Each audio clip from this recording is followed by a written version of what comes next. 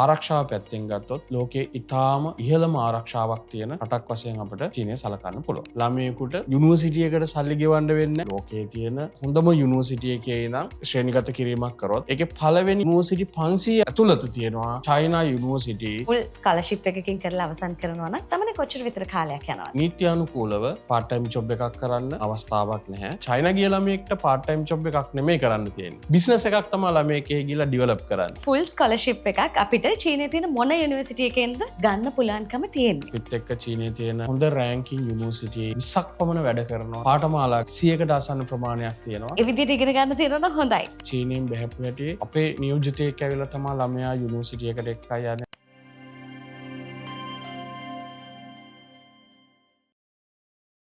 මගේ අධ්‍යාපන කටයුතු පිට රටකට ගිහිල්ලා අවසන් කරන්න පුළුවන් නම් උසස් අධ්‍යාපනය වෙනුවෙන් පිට රටකට යන්න පුළුවන් නම් ඒක තමයි මේ දවස්වල කරන්න පුළුවන් හොඳම විදිහ කියලා ඔබ හිතනවා. ඒකත් ෆුල් ස්කෝලර්ෂිප් එකකින් කරන්න පුළුවන් නම් ඒක හොඳටම හොඳයි. මේවා කාගෙන්ද ඉගෙන ගන්න පුළුවන්? හරියටම මේ ගැන විස්තර දැනගන්න පුළුවන් කාගෙන්ද? මේ ගැන හරියටම ඔප්පු කරපු පිටරට ගිහිල්ලා අධ්‍යාපනය හදාරන්න පුළුවන් කියන කතාව යථාර්ථයක් බවට පත් කරපු Rajagiriya visa house private limited වෙතින් අද දවසේ මේ පිළිබඳව ඔබත් එක්ක කතා බහ කරන්න අපි සූදානම්ෙන් ඉන්නවා. චීනය ඔබ රටක් විදිහට උසස් අධ්‍යාපනය වෙනුවෙන් තෝරගත යුත්තේ ඇයි? මේ ගැන කතා කරන්න වීසා හවුස් ආයතනයේ තවත් අධ්‍යක්ෂවරයෙක් වන වසන්ත ජානක මහත්මයා මගෙත් එක්ක ඉන්නවා.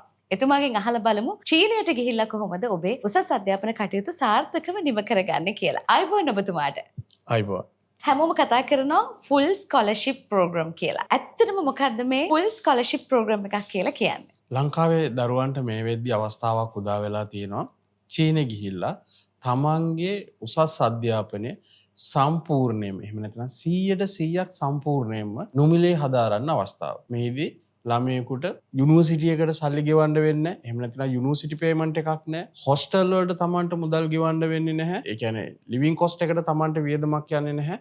ඒත් එක්ක තමන් හරියට එහෙ ගිහිල්ලා අධ්‍යාපනය හදාරනවා නම් තමන්ට බර්සරි එකක්. එහෙම නැත්නම් අපි කියනවා ඒගොල්ලන්ට එහෙ ජීවත් වෙන්න අවශ්‍ය කෑම බීම ගන්න අවශ්‍ය මුදලකොත් චයිනා යුනිවර්සිටි වලින් එහෙම නැත්නම් ඒ තමන් ඉගෙන ගන්න යුනිවර්සිටි එකකින් ලබා දෙනවා කිව්වොත් ඔයගොල්ලෝ පිළිගන්නවද? ඒක අපි රාජගිරියේ තියෙන වීසා හවුස් එකෙන් අපි ඒක ඔයගොල්ලන්ට කරලා දෙනවා. තමන්ගේ උසස් අධ්‍යාපනයට බැචලර් ඩිග්‍රී එකක් කම්ප්ලීට් කරන්න පුළුවන්, මාස්ටර් එකක් කම්ප්ලීට් කරන්න පුළුවන්, PhD එකකට යනවා නම් තමන්ට පුළුවන් එහෙ ගිහලා නොමිලේ අධ්‍යාපනය හදාරන්න.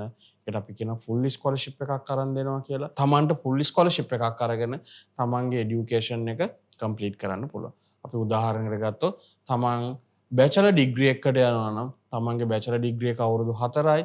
මේ අවුරුදු 4ක කාල සීමාව සම්පූර්ණයෙන්ම තමන්ට නොමිලේ අධ්‍යාපනය හදාරන්න පුළුවන්. සාමාන්‍යයෙන් අපි මාස්ටර් එකකට යනවා නම් අවුරුදු 2ක් 3ත් අතර කාලයක් යනවා. එමන් හිතන අවුරුදු 2ක් අවුරුදු 2කමාරක් අතර කාලයක් යනවා. මේ කාල සීමාව සම්පූර්ණයෙන්ම තමන්ට නොමිලේ ගිහිල්ලා අධ්‍යාපනය හදාරන්න පුළුවන්. ඒත් එක්කම තමන් අධ්‍යාපනය හදාරන අතරතුර තමන්ට තමන්ගේ වියදම් ටික කවර් කරගන්න එහෙම නැතිනම් තමන්ගේ ලිවිං කොස්ට් එක කවර් කරගන්න එහෙන් යම් කිසි මුදලක් එහෙම නැත්නම් අපි කියන බර්සරි එකක් ඒගොල්ලන්ට හම්බ වෙනවා. ඉතින් ඒ අවස්ථාව රාජගිරියේ තියෙන වීසා හවුස් අපේම විතරයි ගන්න පුළුවන් වෙන්නේ. ඉතින් ඒකට අපිට ඕගොල්ලන්ට කතා කරලා අපිත් එක්ක සම්බන්ධ වෙලා ඉදිරියට වැඩ ටික කරගෙන යන්න අවස්ථාව තියෙනවා. ඒ විදිහට ඉගෙන ගන්න තියෙනවා නම් හොඳයි. හැබැයි ඔය කියන ෆුල් ස්කෝලර්ෂිප් එකක් අපිට චීනයේ තියෙන මොන යුනිවර්සිටි එකෙන්ද එහෙම නැත්නම් මොන වගේ විශ්වවිද්‍යාල වලින්ද ගන්න පුළුවන්කම තියෙන්නේ? මේ ස්කෝලර්ෂිප් ප්‍රෝග්‍රෑම් එක යටතේ අපි චීනයට යොමු කරන්නේ සියලුම රෑන්කින් යුනිවර්සිටිස් වලට විතරයි. උදාහරණයක් ගත්තොත් අපේ ලංකාවේ ගොඩක් අයට එහෙම නැත්නම් ගොඩක් අය නොදැනුවත්කමක් තියෙනවා මේ චීන ගිහිල්ලා ඉගෙන ගන්න එක කොහොමද වළංගුද ඒ පිළිබඳව පොඩි සැකයක් තියෙනවා. ඉතින් ඒක ගත්තොත් ඔයගොල්ලන්ට කියන්න කැමති ලෝකයේම ගත්තොත් නම්බර් 1 এডুকেෂන් එකක් තියෙනවා චයිනාවල. මේ වෙද්දී අපි ඒක සමාජගත කරලා තියෙන එහෙම නැත්නම් ඔයගොල්ලන්ට දැනගන්න අවස්ථාවක් උදා වෙලා තියෙනවා. ඔයගොල්ලෝ දැන් ඉන්න නූතන පරම්පරාව සෝෂල් මීඩියා වල ඒ දේවල් වල සැරිසරනවා. Google එක පාවිච්චි කරනවා. ඉතින් හැම දෙයකින්ම ඔයගොල්ලන්ට ඒක බලන්න පුළුවන්. නම්බර් 1 এডুকেෂන් එකක් තියෙනවා චයිනාවල. මෙතන තියෙන දේ තමයි සියලුම යුනිවර්සිටිස් රෑන්කින් යුනිවර්සිටිස් වලට තමයි අපි අතුලත් කරන්නේ.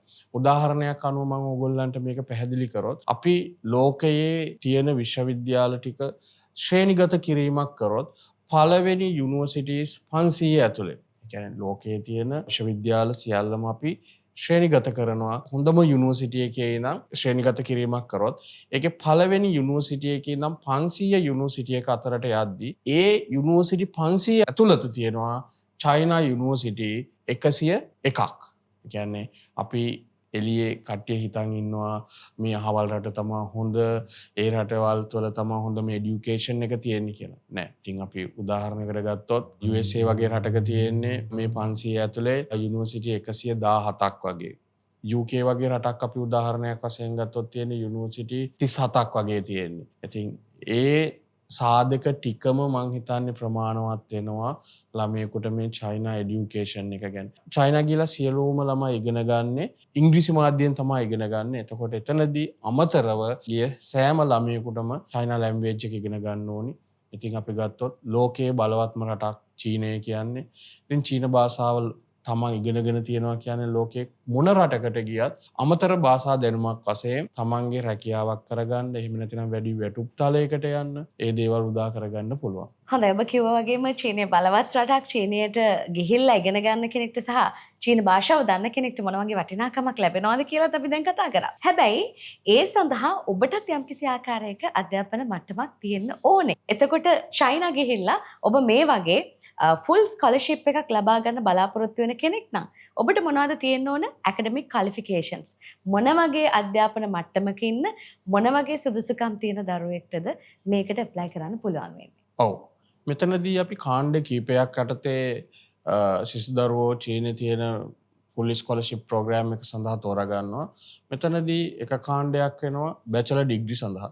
මෙතනදී සාමාන්‍යයෙන් අපි අවුරුදු 24ට අඩු අපොස උසස් පෙළ S සාමාර්ථ 3ක් තියෙන දරුවෙක් සුදුසුකමක් ලබනවා මේ චයිනා ෆුල් ස්කෝලර්ෂිප් ප්‍රෝග්‍රෑම් එකට අයදුම් කරන්න.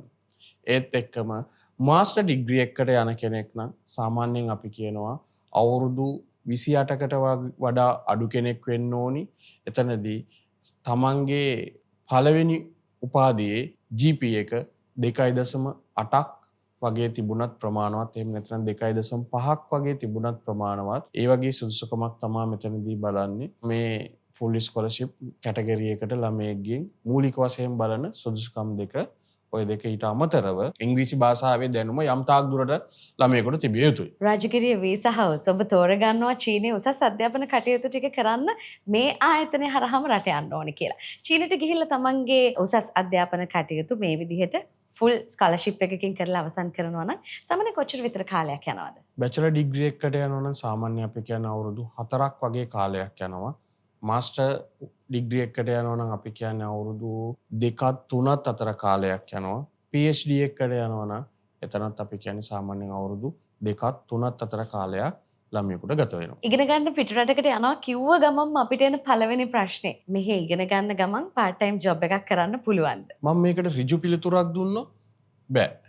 ඒකට හේතු වෙලා තියෙන්නේ ළමයි මේ රටට යන්නේ ස්කෝලර්ෂිප් ප්‍රෝග්‍රෑම් එකකින්. ඒ කියන්නේ ෆුල් ස්කෝලර්ෂිප් ප්‍රෝග්‍රෑම් එකකින්. ඒ නිසා ඒ ළමයෙකුට නීත්‍යානුකූලව part time job එකක් කරන්න, එහෙම නැත්නම් රැකියාවක් කිරීමේ ස්ථාවක් නැහැ. එතන මෙහෙම තියෙනවා. ඒ යුනිවර්සිටි එකට යම් කිසි ළමයෙක් මුදල් ගෙවලා ඇතුළත් වෙනවා නම් ඒ ළමයෙකුට නීත්‍යානුකූලව part time කිරීමේ අවසරය විශ්වවිද්‍යාලය මගින් ලබා දීමක් කරනවා. මෙතන දැන් අපි කතා කරනවා ළමයි රට ගිහිල්ලා පිට රටවල් වලට ගිහිල්ලා part time job කරනවා, එහෙම නැත්නම් මොනවා හෝ රැකියාව කරනවා කියලා. විශේෂයෙන්ම ගියොත් තියෙන්නේ හෝටල් ශාස්ත්‍රයේ ආශ්‍රිත රැකියාව තියෙනවා. කියන්නේ ගොඩක් ළමයෙක් පිට රට ගිහිල්ලා ඉගෙන ගන්න ගමන් part time job එකක් කරනවා කියලා කියන්නේ දුක් විඳින්න ඕනේ. ඒක තමයි ඇත්තම කතාව. ඉතින් චයිනා ගිය ළමයෙක්ට part time job එකක් නෙමෙයි කරන්න තියෙන්නේ. බිස්නස් එකක් තමයි ළමයෙක් එහෙ ගිහිල්ලා ඩෙවලොප් කරන්නේ.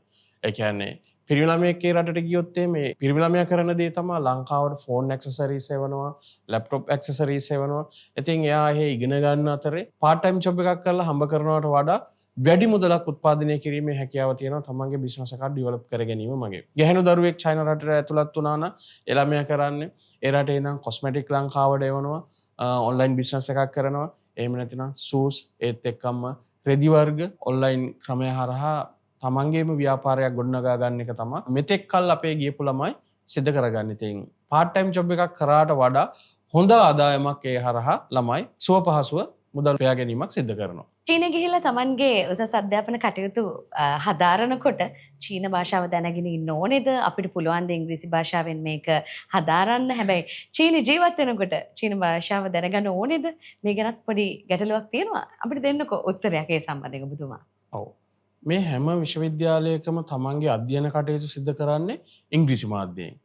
ඒ ඉංග්‍රීසි මාධ්‍යයෙන් අධ්‍යයන කටයුතු සිදු කරන අතරේ තමන්ගේ එක විෂයක් වශයෙන් චයිනා ලැන්ග්වේජ් එක එහෙම නැත්නම් චීන භාෂාව තමන්ට ඉගෙන ගැනීමේ අවස්ථාව තියෙනවා. ඉතින් ඒක මං හිතන්නේ ළමයෙක්ගේ පැත්තෙන් ගත්තොත් ලොකු අවස්ථාවක් තවත් භාෂාවක් ඉගෙන ගන්න ලැබෙනවා කියන්නේ. ඒක ඉතින් ලෝකයේ සෑම රටකටම විවෘත වෙනවා. ඒ කියන්නේ චීන භාෂාව සෑම රටකම වගේ මේ වෙද්දි කතා කරනවා. ඉතින් තමන්ගේ රැකියාවක් හොයාගන්න හැම දෙයකටම මේක වැදගත් වෙනවා. ඉතින් ඒත් එක්කම තමන්ට ඒ රට තුල එළියේ ගමන් කරලා තමන්ගේ ව්‍යාපාරයක් හෝ යම්කිසි දෙයක් කරගන්නවා නම් ඒකටත් චීන භාෂාව අවශ්‍ය වෙනවා. ඉතින් ඒ නිසා යම්කිසි දරුවෙක් යම් භාෂාවක් ඉගෙන ගන්නවා කියන එක මම හිතන්නේ ආක දාන්න දෙයක් නෙමෙයි. දැන් අපි උදාහරණයක් කරන් මම මේක පැහැදිලි කරොත් ලංකාවේ වුණත් විශ්වවිද්‍යාලයකට ළමයෙක් ඇතුළත් වුණොත් පළවෙනියටම කරන්න යාට තමන්ගේ සබ්ජෙක්ට් එක උගන්වන එක නෙමෙයි.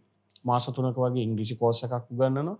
ඉංග්‍රීසි භාෂාව උගන්වලා තමයි එතනින් එහාට එයාගේ අධ්‍යයන කටයුතු පටන් ගන්න. ඉතින් චීනෙ ගියපුවමත් එමයයි. සමහර යුනිවර්සිටිස් තියෙනවා ඒගොල්ලන්ට මාස 3ක් 6ක වගේ කාලයක් චයිනා රට ගැන, චයිනා නීතිය ගැන, චීන භාෂාව, ඒ සියල්ල උගන්වලා ඒ චයිනා කල්චර් එක ඒ ටික උගන්වන පළවෙනි කාල සීමාව තුළ. එතනින් පස්සේ තමයි තමන්ගේ අධ්‍යයන කටයුතු ආරම්භ කරන්නේ. තවත් සමහර විශ්වවිද්‍යාල තියෙනවා ඊයේ දවසේ ඉඳන්ම තමන්ගේ අධ්‍යාපන කටයුතු ඒ විදිහට ආරම්භ කරන්න. ඉතින් අපිත් එක්ක චීනයේ තියෙන හොඳ රෑන්කින් යුනිවර්සිටි 20ක් පමණ වැඩ කරනවා. පාඨමාලා ගත්තොත් 100කට ආසන්න ප්‍රමාණයක් තියෙනවා. හොඳ පාඨමාලා තියෙන සියල්ලම. ඉතින් ඒක ළමයෙක්ට ඒ වගේ මම හිතන්නේ ලංකාවේ විෂයන් ඉගෙන ගන්නත් නැහැ, ගොඩක් විෂයන් තියෙන්නේ. ඉගෙන ගන්න තියෙන විෂයනොත් අපේ දරුවන්ට මේ විද්‍යාගාර පාසුකම් නැහැ. මම දන්න තරමින් ගොඩක් විශ්වවිද්‍යාලවල තියෙන්නේ වීඩියෝස් තමා පෙන්වන්නේ ළමයින්ට පරිශන කරන ඒ වගේ. ඉතින් චීනෙ ගියොත් තමන් තමයි පරිශන සිද්ධ කරන්නේ. කියන්නේ ලෝකයේ මේ වෙද්දි බලවත්ම සොයා ගැනීම තියෙන බලවත්ම නිර්මාණයන් සිද්ධ කරන රටක් වශයෙන් අපි ගත්තොත් චීනය ඔයගොල්ලන්ට නිරන්තරයෙන් අහන්න ලැබෙනවා, දකින්න ලැබෙනවා. ඉතින් ඒකේ කොටස්කාරයෝ තමයි ඔයගොල්ලෝ ඉදිරියට චීනෙ ගිහිල්ලා තමන්ගේ ක්වොලිෆිකේෂන් එකක් කම්ප්ලීට් කරනවා කියලා කියන්නේ. මේ සියලු තොරතුරු ගැන හිතනකොට කල්පනා කරනකොට ඔබට හිතෙනවා ඇති අනේ චීනය හොඳ රටක් නේ මගේ උසස් අධ්‍යාපන කටයුතු අවසන් කරන්න චීනෙට යන්න ඕනේ කියලා. එහෙමනම් ඔබ තෝරගන්න ඕනේ Rajagiriya visa house private limited. ඔබ චීනයට ගිහිල්ලා ඉගෙනගෙන ඔබ ක්වොලිෆයිඩ් වෙලා එනකොට ඒ අරගෙන එන උපාධිය හෝ වේවා අධ්‍යාපන සුදුසුකම් හෝ වේවා ලංකාව ඇතුලේ මෙයට ලැබෙන්නේ මොන වගේ වළංගු භාවයක්ද? ලංකාවේ ළමයෙක් ලංකාවේ යුනිවර්සිටි එකකට ගිහිල්ලා ලබා ගන්න උපාධියකට ලැබෙන ඉලිගැනීමම චීනෙ ගිහිල්ලා ළමයෙක් ලබාගෙන ලංකාවට එනවා නම් උපාධියක් ලබාගෙන එහෙම නැතිනම් මාස්ටර් ඩිග්‍රී එකක් ලබාගෙන එනවනම් ඒ පිළිගැනීම් දෙකම එක හා සමානයි. ඒ කියන්නේ ලංකාවේ ළමයා ලංකාවේ ඉඳලා ලංකා විශ්වවිද්‍යාලයකින් ගන්න උපාධිය තියෙනවා. ඒකට ලංකාව තුල ලැබෙන පිළිගැනීමත් ලංකාවේ ළමයෙක් චීනෙ ගිහිල්ලා තමන්ගේ අධ්‍යාපනය සම්පූර්ණ කරලා ඒ උපාධියත් අරගෙන ලංකාවට ආපුවාම ඒ උපාධියට ලංකාවේ ලැබෙන පිළිගැනීම දෙකම එක හා සමානයි. ඒ කියන්නේ සියලුම අපි ළමයි චීනට යොමු කරන සියලුම යුනිවර්සිටිස් ලංකාවේ විශ්වවිද්‍යාල ප්‍රතිපාදන කමිෂන් සභාවේ අනුමත විශ්වවිද්‍යාල වලට විතරයි යොමු කිරීම සිද්ධ කරන්නේ. මම හිතන්නේ දැන් නම් ඔබට හොඳටම කරුණු තියෙනවා ඔබේ උසස් අධ්‍යාපන කටයුතු හදාරන්න ඔබ චීනයට යන්න ඕනේ කියන කාරණාව සන්තුෂ්ත කරන්න. ඉතින් ලංකාවේ ඉන්නවා වගේම UGC approved degree එකක් අරගෙන ලංකාවට එන්න ඉන්න ගමන් online business එකකුත් කරලා හොඳටම ඔබේ අනාගතය හදාගන්න පුළුවන්. මේ හැම දෙයකටම ආයතනයක් විදිහට රාජකීය වීසා හවුස් ආයතනයේ මොන වගේ සේවාවක්ද ලබා දෙන්නේ? මෙතන තියෙන ප්‍රධානම දේ තමයි ළමයින්ගේ එක කොටසක් අපි සිද්ධ කරනවා ලංකාව තුල. ඒ කියන්නේ වීසා එකක් ලබා ගන්නා තෙක් කොටස ළමයාගේ අපි ප්‍රොසෙස් එක කරන්නේ ලංකාව තුල. එතනින් පස්සේ ළමයා චීනට ගියාට පස්සේ එතනින් එහාට සිද්ධ කරන ක්‍රියාවලියක් තියෙනවා. ඉතින් අපිත් එක්ක චීනයේ විශ්වවිද්‍යාල 20ක් පමණ සම්බන්ධ වෙලා මේ වෙද්දි වැඩ කරනවා. ඒ හැම විශ්වවිද්‍යාලයකම අපිත් එක්ක වැඩ කරන ප්‍රොෆෙසර්ස්ලා එහෙම නැත්නම් අපි කියන්නේ අපිත් එක්ක වැඩ කරන ප්‍රොෆෙසර්ස්ලාගේ පැනල් එකක්. ඒ කියන්නේ බෝඩ් එකක් තියෙනවා. ඉතින් හැම යුනිවර්සිටි එකකම මේ දේ අපිට කරන්න පුළුවන් වෙලා තියෙනවා. ඒ කියන්නේ අපෙන් චීනට ළමයෙක් ගියොත් එයා ගිහිල්ලා චීනෙන් බහැපු හැටි අපේ නියෝජිතයෙක් ඇවිල්ලා තමයි ළමයා යුනිවර්සිටි එකට එක්කයි යන්නේ, ළමයාට ගිහිල්ලා එතනින් එයාට යුනිවර්සිටි එකෙන් ලබා දෙන හොස්ටල් එකට එක්කයි යන්නේ. සියල්ල එතනින් එයාට ගිහපුවාම එයාගේ රෙසිඩන්ට් කාඩ් එක හදාගන්න එක, ඒ සියල්ල මෙතනින් එහාට අපි ඒ දේ කරලා දෙනවා. ළමයාගේ එයින් පස්සේ ගත්තාම ආරක්ෂාව ඔයගොල්ලෝ හැමෝටම බලන්න පුළුවන්. මම මේ කියන කතාව ඇත්තද කියලා Google කරලා බලන්න පුළුවන්. චීනයේ තියෙන ආරක්ෂාව පැත්ත. හොඳද? ඒ කියන්නේ දෙමව්පියන්ට කිසිම ආකාරයකින් බයක් වෙන්න දෙයක් නැහැ. දරුවෙක් චීනට ගිහිල්ලා ඉගෙන ගද්දි තමන්ගේ දරුවට, විශේෂයෙන්ම ගෑනු දරුවා ගැන අපේ ලංකාවේ දෙමව්පියෝ අතර පොඩි බයක් තියෙන එක සාධාරණ සැකයක්. ඉතින් ඒ පිළිබඳව කිසිම ආකාරයකින් බය වෙන්න දෙයක් නැහැ. කිසිම ආකාරයකින් අපි පසුගිය කාල සීමාව තුළ එම කිසිම ළමයෙකුට ගියාට පස්සේ කරදරයක් කළා නැහැ.